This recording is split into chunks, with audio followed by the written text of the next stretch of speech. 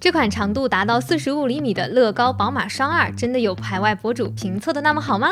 今天我们终于拿到了实物，第一时间给大家做一个深度评测。那我们直接开拼。这里可以看到一个白色的60483，在整个换挡联动结构中，它主要起到的是限位的作用。进一步拼搭，这里又可以看到一个有趣的设计，一个红色的42003和6628通过一根十字轴与黑色橡胶连接件相连，由后者为它提供一个弹性支撑，使得这个组件可以弹性抵持换挡装置。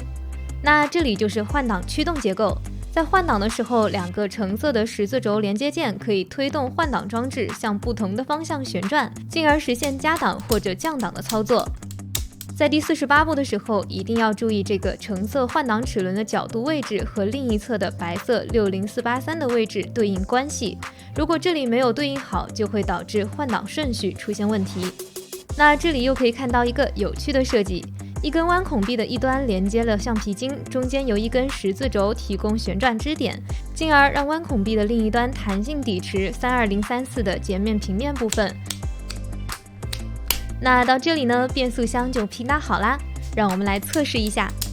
那这里可以看到换挡手感还是比较清晰的，白色的60483在达到极限位置的时候，换挡拨杆也就压不动了。另外，清晰的换挡手感呢，来自于6628球头弹性抵持以及刚才提到的弯孔臂弹性抵持这两个设计。装入发动机后呢，我们就可以加入电机来测试一下变速箱。我们可以用一根12单位十字轴将原来的11单位十字轴替换出来，然后装入一个 XL 电机。那根据白色的60483所在的位置的不同，从上到下分别是1档、2档、空档、3档。那我们继续。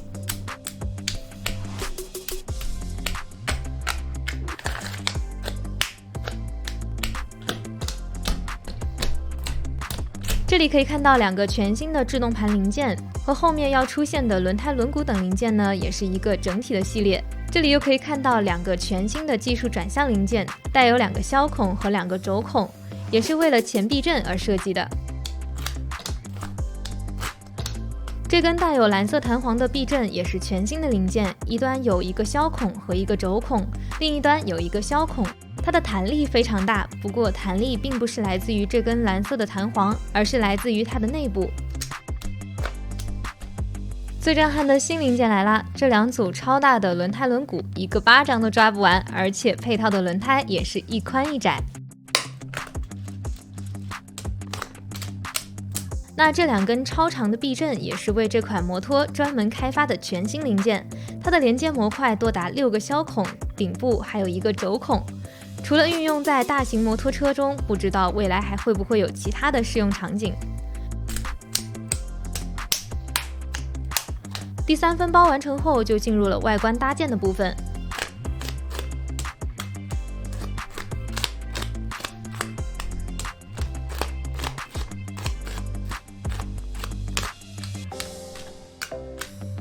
那这里又可以看到全新的零件啦，就是这块透明的摩托前挡，并且还是印刷件。这个前挡在包装里被单独的装在了袋子当中，所以表面没有任何的划痕。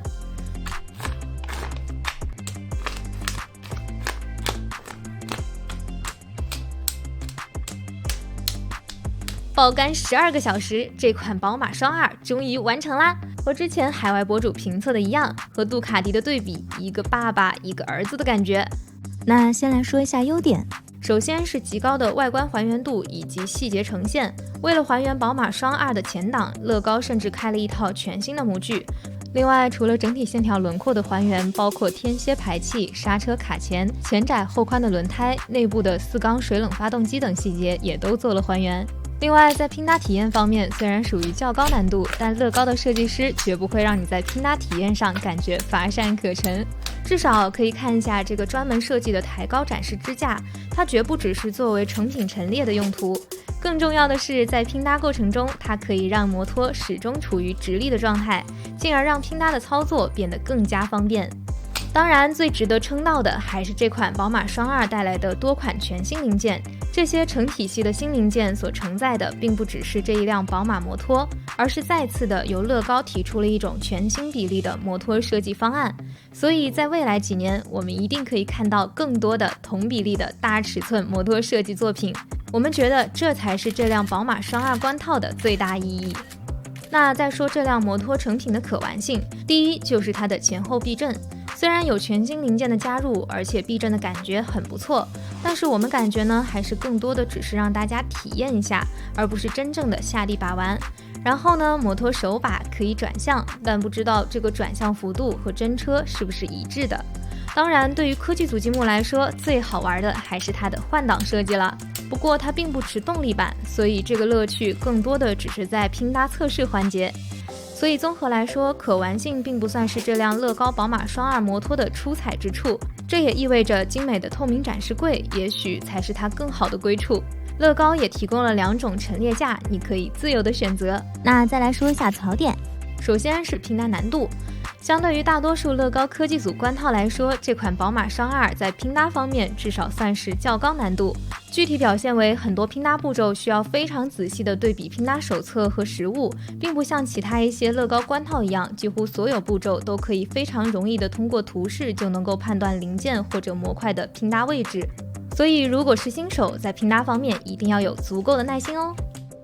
另外，这款宝马双2存在一些比较容易脱落的零件，并且成品从整体上给人一种不太牢固的感觉，尤其是前轮后面的底部进气口，在评测的过程当中，如果不小心碰到，总是会脱落下来。上面2个槽点多少让我们在拼搭的时候会感觉像是在拼一个玩家的 MOG 作品，而不是乐高冠套。这里呢，大家还会吐槽的就是巨量的贴纸了。不过如果大家仔细看一下这款宝马双2的外观面，就知道这款摩托绝对不可能使用印刷件，因为它的外观面所使用的零件都比较细碎，几乎所有的外观线条模块都是通过若干零件搭建而成，所以使用贴纸才是最好的方案。只是对于手残党来说，就需要多一点耐心了。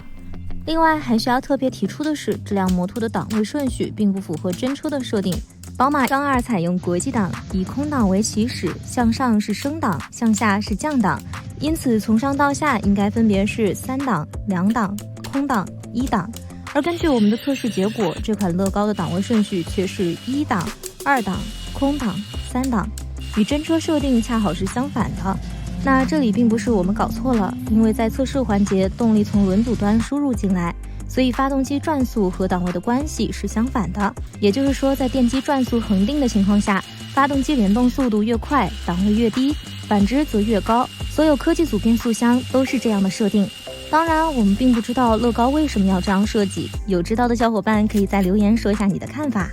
那包装方面，很大的一个彩盒，蓝黑底色配上积木的成品图，显得非常简约且富有逼格。右上角标明了1:5的模型比例，右下角则标明了18+的年龄定位。